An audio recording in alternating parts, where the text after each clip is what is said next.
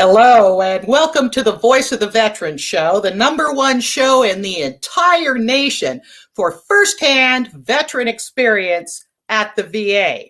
My name is Gayle, Army Airborne veteran, along with Nicholas Cormier III, who is visiting family this week, but he'll be back with us next Sunday. And in the back, let me double check. I don't want to be talking to myself. Oh, good. That's MC Franklin back there running things. Now we know I'm not just talking to myself for an hour. That's a good thing. Make sure you hit that record button for the love of God. Okay, I have a rant to start the show off with, and it's about pregnant uniforms, okay? We've all been hearing about this in the news, and pregnant uniforms in all branches of service. Now, I think we can all agree that pregnant women have been around for a very long time, okay? And it's not something that we're going to eliminate through legislation or anything like that. So now I can only comment on my own personal experience, but I know that pregnant uniforms have been around since some people are just ignorant and others are just after TV ratings, and the Voice of the Veteran Show has always been a place where we talk about programs and benefits for veterans, and I try my best to focus on the positive things that the VA does have for us, and to also give accurate information so that people aren't running around on, goose chases trying to, figure this out. Now, over the last couple of weeks, we've been promoting the baby drive, for instance, to support new moms. Now, the baby drive, we always joke about it being, it's not a drive to have more babies, for crying out loud. It's for the ones that are already on the way, that we want to support those moms and help them better be able to take care of their new child. Now, I admit that I've been pretty pissed off about this talk show host who attempted to dishonor all women veterans, all women in the military, during Women in the Military Month. Now, I can't imagine what he was even thinking, but my firsthand veteran experience is that when I was in scuba school, I was expecting my first daughter, and I couldn't dive because of pressure changes at depth. Of course, anybody would realize that that's not appropriate for a pregnant woman to be diving. So I was allowed to take classes in balancing regulators and repairing all kinds of scuba equipment, which was great because it was part of my master diver patch, and frankly made me a much better diver. So that's kind of what goes on in the military when you have a medical. Now, for instance, a male service member who with a broken leg is not going to be doing the same job. He would do some kind of parallel work, until he heals up and is better. I mean, so this fool host on TV, let's get back to him. This fool host on TV thinks that women in general in the military have no place in the military. And now I'm an airborne paratrooper veteran, okay? And I'm quite sure that this TV host is a damn leg. Now, calling somebody a leg simply means that they're not airborne qualified, and duh. I mean, nobody should be jumping out of an airplane while they're pregnant. I mean, they would hit the ground and boom, that baby just popped right out of there on the ground. I mean, my only question is, think about this. Is that baby a service-connected claimable disability? Serious, think about that. After all, why do we even have a reserve chute? I mean, it's for the baby. A reserve chute is for the baby. And this is how we replace ourselves while we're out in the field in combat, right? So I'm sure that any woman would just wrap that baby up and double time it off the drop zone. You know what I'm saying? So there's that's something. That's something that you just can't do, Tucker. You know what I'm saying? So I think that you should replace that T with a big fat F, because that's what you are. You're a big fat effer civilian piece of filth with no honor whatsoever. So, you're like a dog. I mean, and why does a dog lick himself? Because he can. That's why. And that's just what you're doing. There's all kinds of people. Some of them are brain surgeons, and others talk crap about women in the military, and they will eventually be losing their job and selling newspapers out of a little red wagon on the corner. You know what I'm saying? Something tells me that it was constipation that finally pushed Tucker over the friggin' edge. Okay. Big cleansing breath. Spirit Mountain. Nothing to do, no place to go. Just do the show, Gayle. Just do the show. But if you want to hooah me in the chat box, you just go right on ahead. HUA, hooah, heard, understood, and acknowledged for the civilians who don't know what hooah means. So I've said my piece about women and pregnancy uniforms. Keep on wearing them. I'm telling you, it's crazy. Okay. Now, let's talk about the circle of health. Okay, subject number 1. Here we go. We have a video to show you, and in just a minute, so I can, take a mindfulness resiliency moment away from my airborne rant, bring it down. And my firsthand experience, I'm going to read this right here because I don't have this memorized, and I just want to tell you because this is important stuff. So my firsthand experience at the VA is when you go to the doctor, they've got this thing. I mean, MC might show it to you back there real quick. I know we have a graphic, but this is the one I'm talking about. That's the whole health circle. Now, that graphic is on the wall next to the desk when you go to visit the doctor, at least it's supposed to be. Quite often it is, as a reminder of what to discuss to create your medical action plan. And it's very helpful because, on it says, there's a VA equation, which is me plus self-care plus professional care plus community equals whole health. Okay. So these are the things that we want to consider when we go into the VA. And this is the VA's program to create happy veterans. So we're not needing to call the suicide hotline, basically. That's it right there. And it's all logical stuff, and it's all pulled together in this circle of health. And on the back of this page right here, on the back, is a list of all the various programs that you can choose from and attend at the Family Wellness Clinic or the VA or wherever. All that information's on the back. You could quit smoking, and you can do mindfulness training, all kinds of things like that. So this is what the VA calls patient-centered care. So I'm thinking I need to take a break, and MC can play you the Circle of Health video, and you can get your own firsthand information from that. So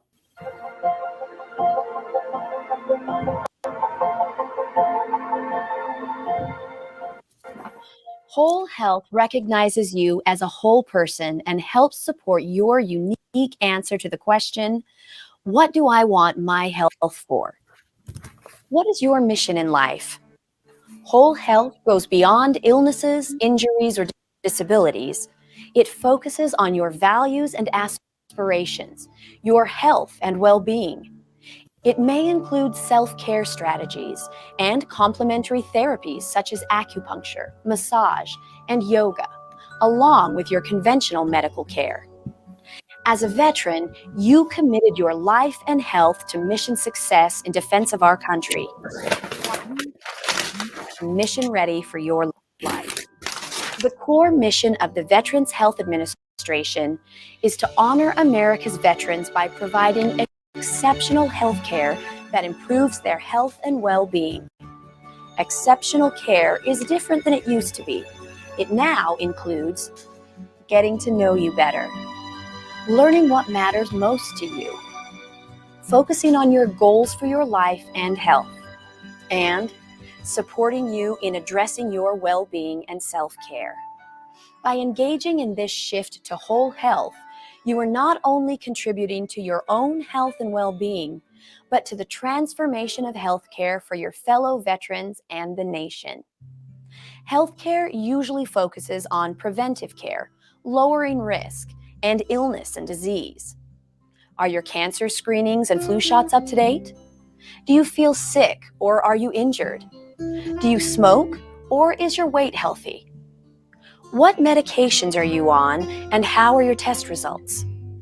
These things are still important, and whole health is more than that. Whole health goes beyond traditional health care and focuses on what is important to you in your life and how you want to live your life. It includes self-care and things you can do to increase healing and improve your health and well-being. Research shows that the most important ingredient in being healthy is how you take care of yourself, and you don't need a medical background to do that. Medical care is important, and how you live your life between medical appointments makes a big difference. Self-care is not something you have to figure out on your own. In the whole health approach, you have the opportunity to look at all areas of your life, areas of strength, and aspects where support could be helpful to you. We call these the components of proactive health and well-being. These areas of self-care include working your body, exercise and movement for energy, flexibility, and strength. Surroundings, how things around you affect your body and emotions. Personal development, learning and growing throughout your lifetime. Food and drink, nourishing your body. Recharge, sleep, rest, relaxation.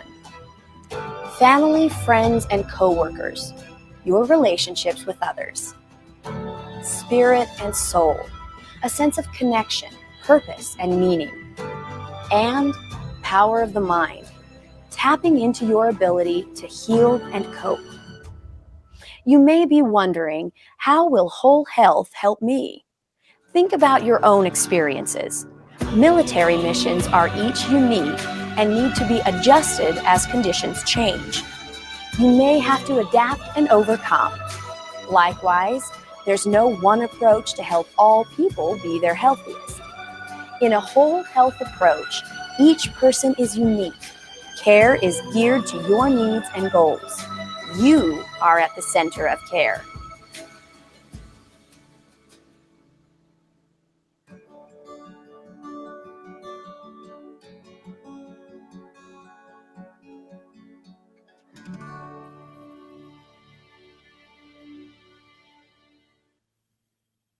I wished I'd watched that a few years ago. I'd be better off now. I mean, to tell you, there are some really great videos and things about, taking charge of our own medical care, for crying out loud, and making a strategy about our medical care. The VA does support that, especially with this circle of health idea, and it's available to all of us. All we have to do is research and look at the things that are available to us. And again, that's why we're doing this show, is to create a library, a reference library, so that you can just click on information and get really VA smart, because there's stupid stuff that goes on at the VA, and I know that. It just happens. I mean, they can't be perfect, but I'm telling you, some of these things are just really quite brilliant. So that's the info and the end on the circle of health at the VA.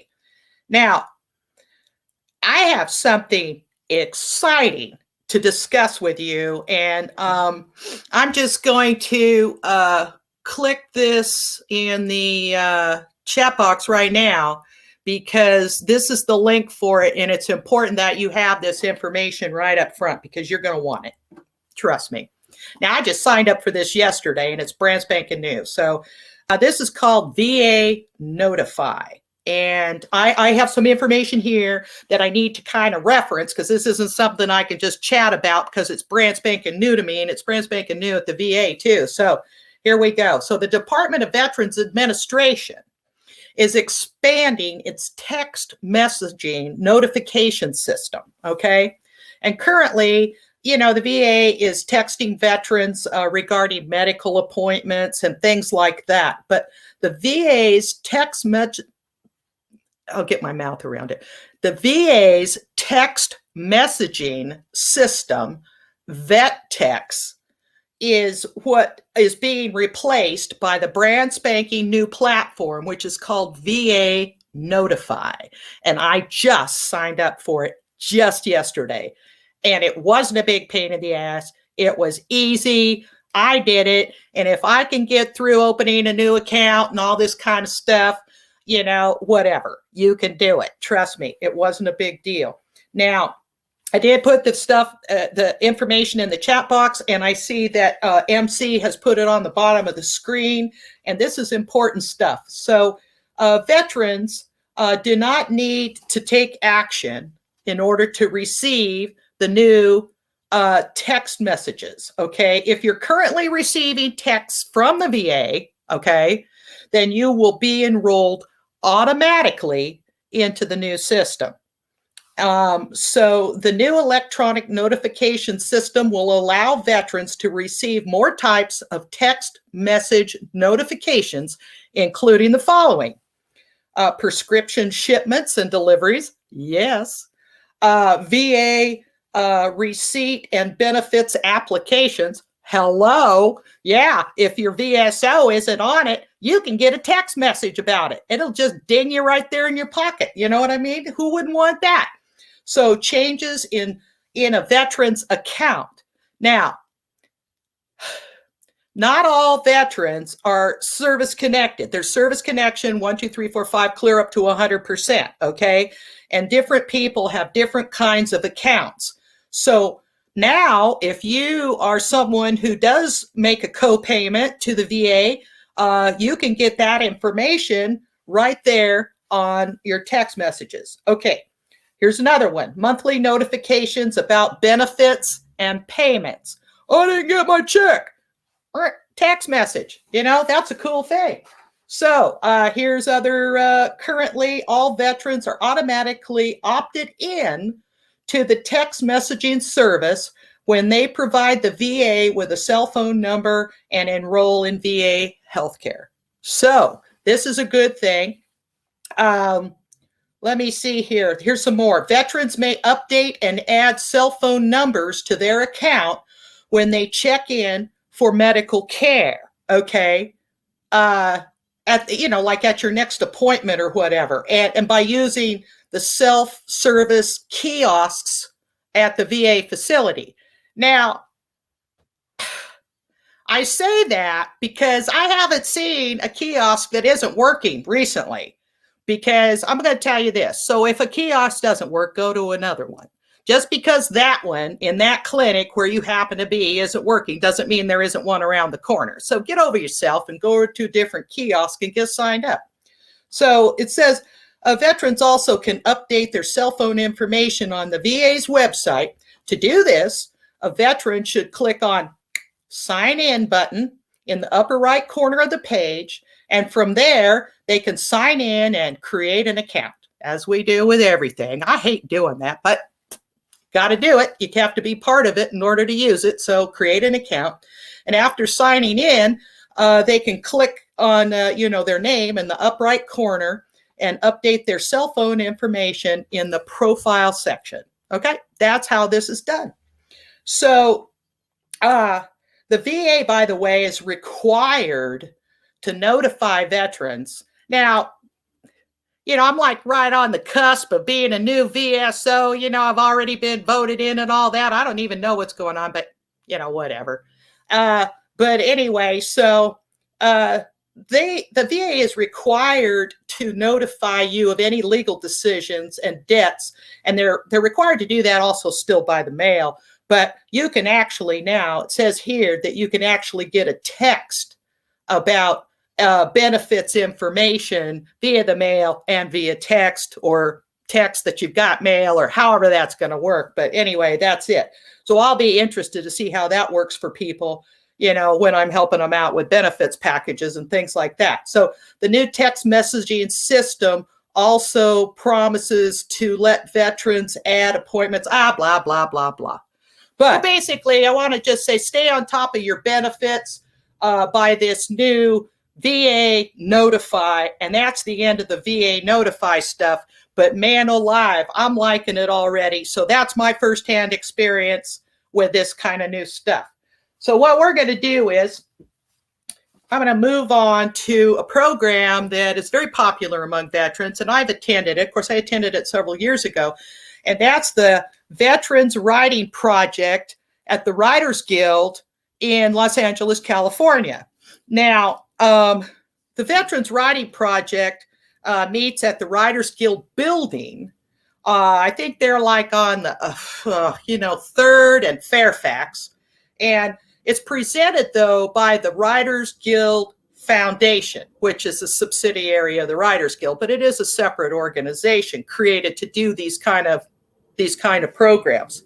So I attended the program several years ago, and a couple of, it's like a couple of days over a weekend and stuff. And, now I've worked in the film industry for many, many years.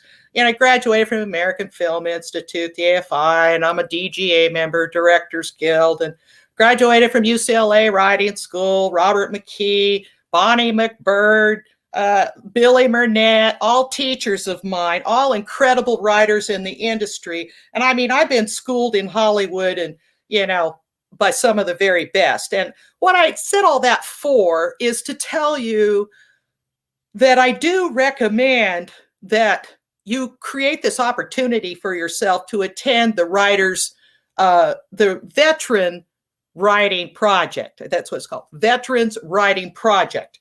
Now, you need to note that this is a wonderful thing. I'm going to put up, actually, let me give you the link for the application.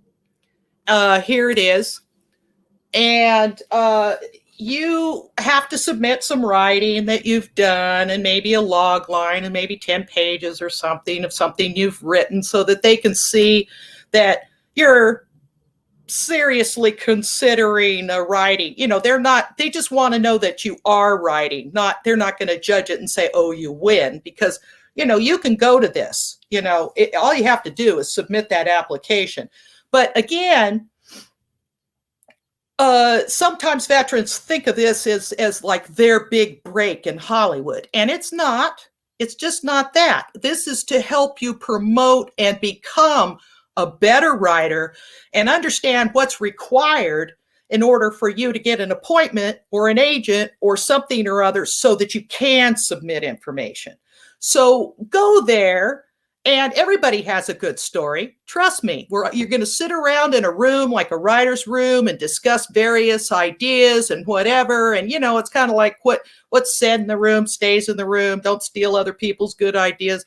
Who wants to, really? Write your own stuff, And, and you will get to interface with other writers, and maybe you'll want to produce something together. Think in terms of creating a team of people, that you can move forward and get into a pitch meeting of some kind with your writing, or submit to an agent, or whatever it is you want to do. Create an action plan, just like you would with anything else. That's what this opportunity is good for. So I just wanted to share that link with you. And you can also subscribe. Here's a wrap up on this subject here. You can also subscribe to their email list and their newsletter and receive updates about the program. And again, I absolutely recommend the Veterans Writing Project program. So get involved with that, and do yourself a favor. You're going to like it, because they have great meals and stuff all weekend. You just get to stand around and chat it up with other writers. It's actually quite fun. So go for it. All right. So, next subject, Calvet. Calvet, I get great information from Calvet, and I'm going to get over here and get their link because I absolutely want to share Calvet with the audience here. And I have to kind of go back and forth because, that sucker Nicholas isn't here to give me a moment to get stuff in the chat box. But I did it. Okay, I know he's listening, so I just want to give him a hard time. So anyway, Calvet. Some people already know about Calvet. A lot of people know about Calvet. It's not a new thing. They've supported veterans for a long time, and it's Women's Month. Oh, I don't want to get back to that. Women in the Military Month. So they've listed a lot of things for women veterans. Now, I want to point out one thing that I saw for this month that I learned at Spirit Mountain. I know I always bring up Spirit Mountain. I can't help it. They do good things. They keep teaching me new, wonderful things. So it's about tapping. Now, TTT is a tapping program to reduce anxiety. Okay. Now, you can register for a tapping program and learn what that is through that Calvet website that I just put in the chat box. And it's one of the most simple and unique things that I've ever done to reduce anxiety. And it's one of the tools that is for immediate stress reduction. Like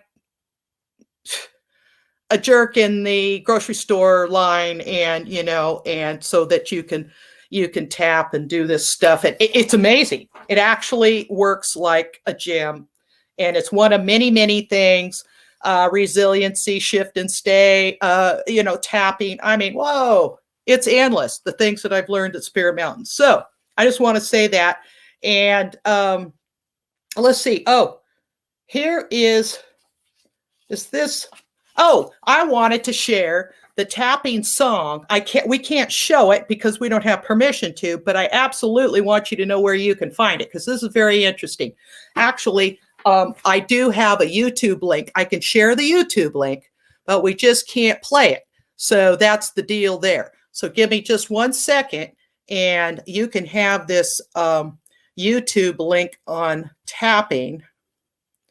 And you can look it up yourself because it is on the, I'll be damned, look at this computer just jumping all around the place, and I'm not supposed to, I played it by accident, and I'm not supposed to do that. So hang on 1 second. I'll just do this and give it to you. And this is the YouTube link for tapping. There is a tapping song, and this tapping system is something that they taught the kids in Rwanda. And you know about Rwanda and, all the traumatic things that they have gone through. And they do this tapping song with these kids, and it helps reduce long-term and ongoing and immediate trauma and whatever, you assign whatever it is that you want to do with this information. It's just a tool for you to get your brain to where it needs to be. And when you watch this, I get tapping on and I ask Alexa to go to YouTube. And then I say on YouTube, please play 2-finger tapping, TTT, and they play this song. And I'm just out there dancing and doing it with these kids. And before I know it, I'm calm again. The VA doesn't even bother me anymore. It's amazing. So I just want to pass that on. And also, just another quick note, just tap your cares away, Another quick note as we wrap it up here with regard to Calvet. The site also this month had a sign up for the Women's Memorial in Washington, D.C., the house that Brigadier General Wilma Vaught built, that one. And it has a link so that you can go and sign up and be part of that historical memorial about women who should be honored in the military. And, I'm not going to get back to that rant again. But anyway, that's it for the Calvet site. I'm going to move on. I've got a note here about social workers. Okay. Now, social workers, a friend of mine, Ben Dennis, who is somebody at the VA who is totally committed to new information and helping veterans out to know what's available. He's terrific. He works really hard, and he sent me this information about social workers, and that it was social. Every month there's a bunch of things. It's social worker month too. It's women in military and social worker month and stop smoking month or whatever it is. I mean, seriously, there's always something, but we have to, bring up these various things. And so anyway, Ben Dennis gave me this information on to share today. And I want to do that because social workers are a really hard working group at the VA. And the Department of Public Services, DPSS, and LA County joined the National Observance of Social Worker Month, saluting the frontline heroism of 866, right? 866 dedicated social workers and social worker supervisors serving in the department's in-home supportive services. That's IHSS. I mean, they've got initials for everything, but whatever. So anyway, that's the IHSS division. And those are people who actually go to homes and support veterans. Now, I also have a link for you so that you can read this article after I get finished doing an overview, because this is great stuff. To get to know these people, they're out there to help us. They, they know stuff. That's the point. If you know a social worker, they probably know what's going on. Well, I say this, and then, the poor social workers. I mean, but okay. So there's that link, social worker link. They know stuff. They just do. They can help you, kind of like a VSO. A veteran service officer knows certain things about benefits and how to apply for benefits and different things that you need. Social workers have a handle on all that, how to do stuff, how to get to things. And correct me if I'm wrong, somebody, but I think my experience is this. So I'm at least say it as my experience because, I go get medical care in the women's clinic. There's a social worker in every single PACE clinic at the hospital. There's one connected or available. And if you go in to see the doctor and you say, hey, I need to see a social worker, they'll connect you up. If you say, I need to see a dietitian, they'll connect you up. But that all goes through your primary care in your PACE clinic, the green, blue, red, whatever the heck, that's a PACE clinic. So you can find them through that. And if you want to read about them to see if they're any good or not, the social workers, there's a good link. Because I'm telling you, I was surprised at all the stuff they do. So the National Social Work Month is a time to honor and celebrate the social worker profession. Okay. I mean, these people are frontline workers, right? And so they're probably vaccinated. And one of the fastest growing professions in the country. I didn't know that. That's interesting. So nationwide, there are more than 700,000 social workers serving youth and families and veterans and older adults. So the year's national theme is social workers are essential, embracing selflessness, accomplishments and contributions they make to their profession. Now, in LA County, social workers have been essential in the well-being, check this out, of 236,000 vulnerable recipients in LA County, many of whom are elderly, blind, or disabled. Okay? I mean,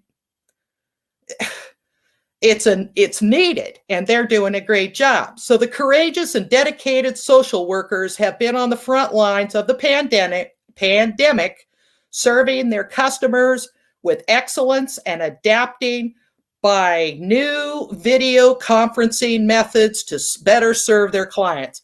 Well, haven't we all been on plenty of videos, you know? I mean, a lot of the doctors are doing that, but it's great that the social workers are engaged in that kind of a thing. So that's enough about the social workers, but wait a minute now. I think there was, trying to remember here. Oh, yes. There were 2 social workers that I wanted to mention their names because they came up several times.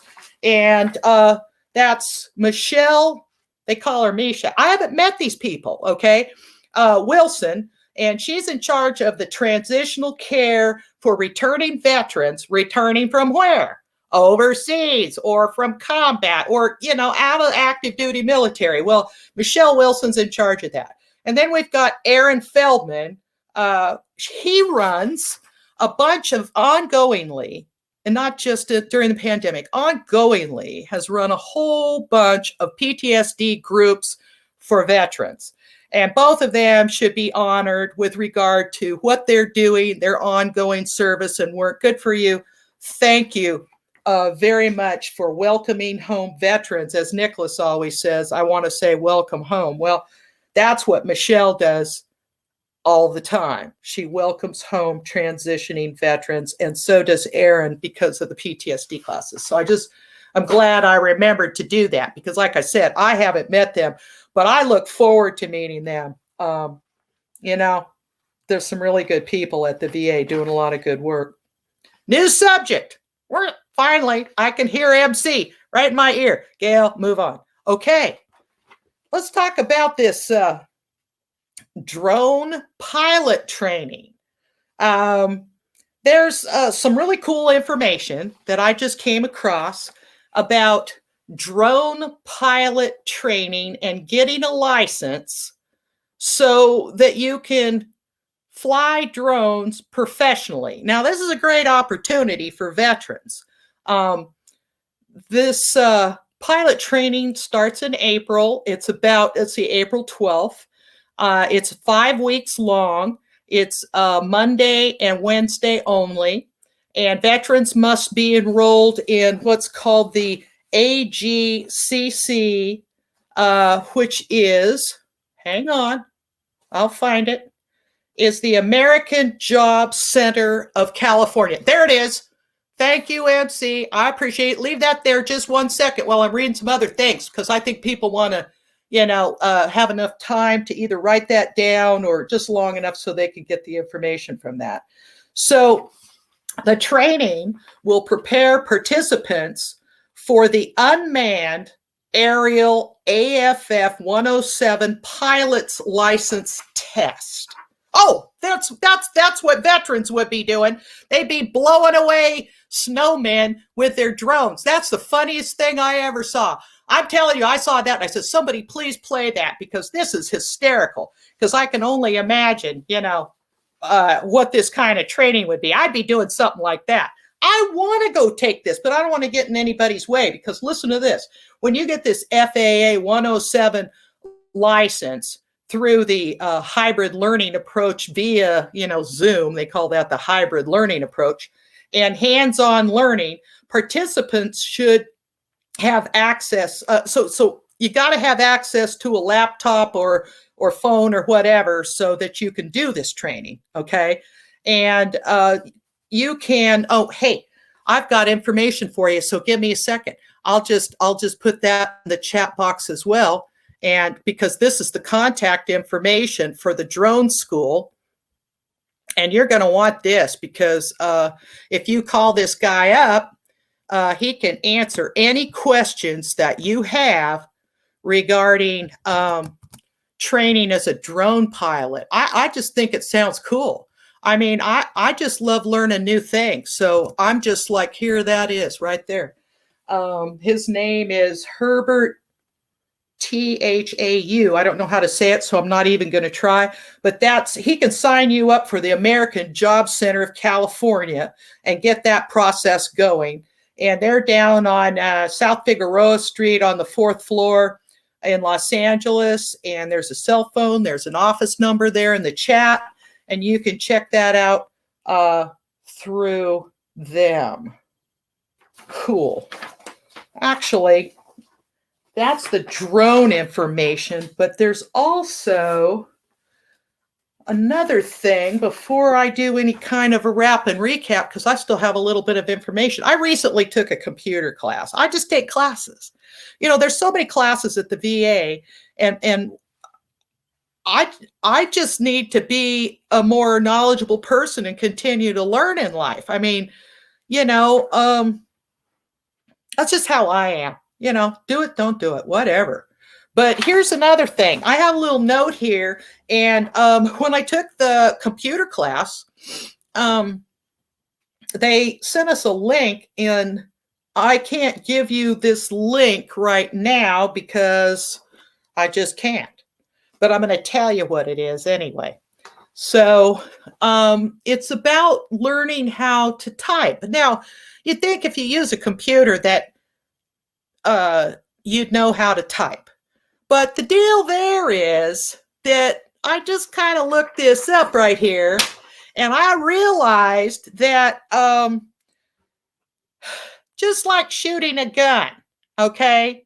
Now, I mean, seriously, just like shooting a gun, you need to train, okay? So that's like this right here. I've got mine right here. Now, I would not go around not knowing how to use this sucker. You shouldn't even have a weapon unless you know how to use it. Well, that's my pitch right there. But I'm just saying that you shouldn't maybe you can have a much easier time and a lot more fun if you know how to use it. And the same thing's true with a computer, okay? If you know how to type, think how much easier and more effective you're going to be as a writer, for instance, when you go to some kind of writing program or whatever. So they sent me this free program, and I looked it up and I went, I didn't realize that I could improve my skills this much. It was amazing. So here we go. It's www.typing.com/student/start. That's not difficult to remember. Okay, I'll say it one more time. www.typing.com/student/start. So, I mean, there's a pandemic. Just go try it, New skill. All right, next thing. One more thing before I do a wrap and recap.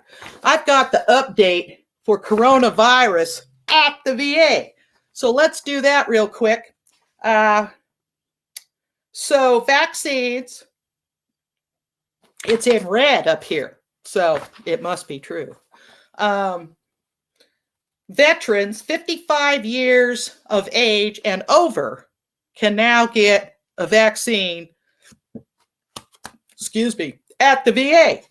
Okay, so the phone number, you know what? I'm going to give you that phone number right the heck now because that's important. 310.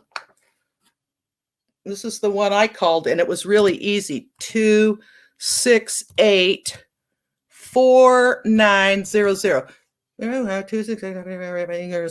Okay, VACCINEAPPT appointment. Okay, there we go. Vaccine appointment at the VA. Now, to schedule. And when I called, I got an appointment. I called in the middle of the day, and they said, "Can you be in tomorrow at 8:00?" And I did. So, no problem. Okay, so here's the list of a few people that can get a vaccine at the VA right now. Okay, here we go. And that changes all the time. So that's why I'm going to go ahead and let you know.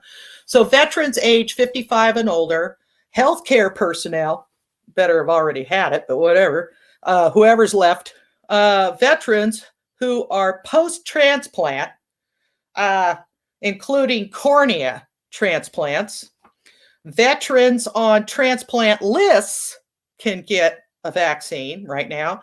Veterans receiving chemotherapy, veterans receiving hemodialysis. Oh, got my mouth around that one. Veterans with spinal cord injury. Okay. Veterans on immunosuppression, greater than or equal to 20 grams daily or biologic agent. I don't know what that means, but that's what it says here on the list. So I'm just letting you know. You'll know if you're one of those people. So veterans living in community kind of congregate housing, skilled nursing, assisted living, and homeless shelters all can get vaccinated. And I think some of them already have been, but it's on the list. Veterans who are on chronic supplemental oxygen. That makes sense, So veterans who are essential workers and all frontline people, first responders, educators and teachers, food and agricultural workers, manufacturing workers, corrections workers, U.S. postal workers, public transit workers, and grocery store workers. I like that because I like to go to the grocery store. Now, I had my shots a month ago, but still, I'm glad I want everybody to be able to get vaccines. I mean, don't you? If they want one, we're getting so that we're making this stuff available, and this is a really good thing. So anyway, there's the number in the chat box. So much for that. All right. So I've run through the different items that I looked up for this week, but there is a wrap and recap here. Clearly, wrap and recap. What? I have a little something that. Oh, you do? Yes. Absolutely. Oh, good, because I've got a little time. I was just going to slowly do a wrap and recap. Well, let me. Oh, the video. I don't know what this is, so go for it. Gayle Ochiltree. Well, what can I say? Congratulations on becoming a veteran service officer. I am so excited that veterans, our brothers and sisters and family members have someone like you to help them navigate through the system, benefits, compensation, life. Goodness, thank you so much for being you, for being in the position you are in now, for bringing us laughter and love. Much love to you, my sister, and good luck in the new position.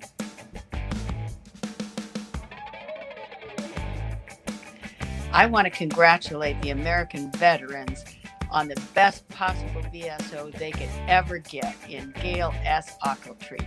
Gayle, I am so proud of you. You are using your voice, you are using your skills and talents to speak up for veterans, to help make this world a better, a more productive place for people who have served in our armed forces. And I got to tell you, the American veterans are the real winner, and you're being appointed as their VSO.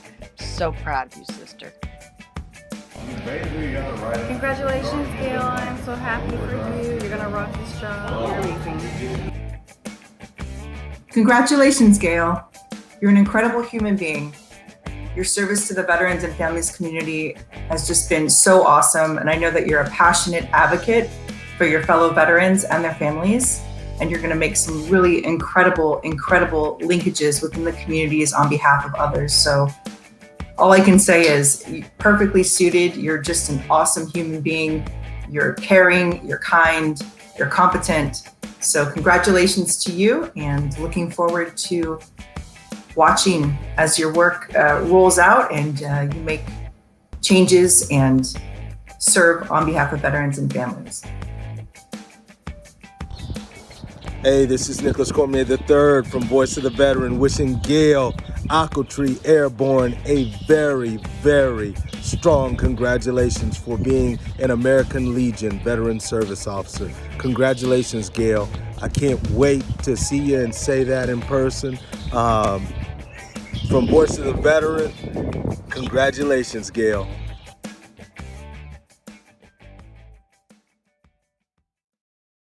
That's nice. It's just nice to know that anybody, even thinks about it that way, and to congratulate me. It's just, yeah, I just want to do a good job, So I don't even know if that audio went out to the audience or not, but I couldn't hear it. So, I absolutely want to hear what she has to say. But anyway, so I'm going to do a wrap and recap here. Okay. So, clearly there's a lot going on at the VA. Okay. And we made it through the entire show without, getting pregnant or anything. So quite often there's a lot of misinformation out there, and because sometimes the communication is bad and veterans can't access all the great programs that are available. So that's what we want to do to help everybody get that information so that they can use the great things that actually are available at the VA for them.